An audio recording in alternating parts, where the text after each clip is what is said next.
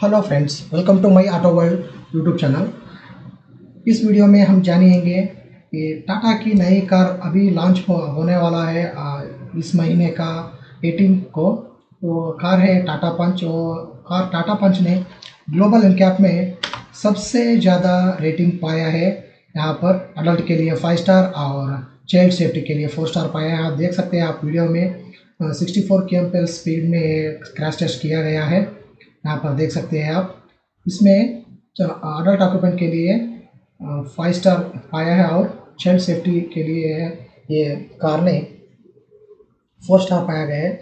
आज अब तक की सबसे हाई रेटिंग का क्या कार पंच बनाया है। ये इससे पहले महिंद्रा की XUV300 कार हाई रेटिंग को पाया था। वह रेटिंग अब मैं दिखाऊंगा। अब देख सकते हैं साइड से भी 50 km/h है। यहाँ पर क्रैश टेस्ट हो गया है। इसका बिल्ड क्वालिटी काफ़ी बढ़िया है और आप इसको बेझिझक खरीद सकते हैं। यहाँ पर हम देखेंगे कि इसका सेफ्टी रेटिंग क्या है। महिंद्रा का XUV300 का सेफ्टी रेटिंग था आउट ऑफ 17 में अडल्ट के लिए 16.42 मैक्स ये हासिल किया था महिंद्रा की XW ने।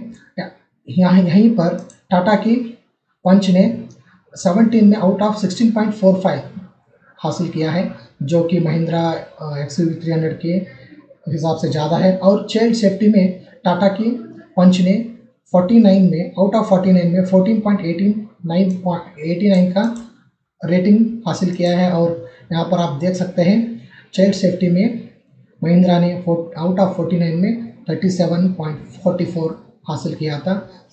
इसलिए आज तक की सबसे बड़ी रेटिंग टाटा पंच को मिला है। शायद इस एनकैप टेस्ट के रेटिंग को देखते हुए फ्यूचर में महिंद्रा टाटा की सभी कार के बिल्ड क्वालिटी बहुत अच्छे है और महिंद्रा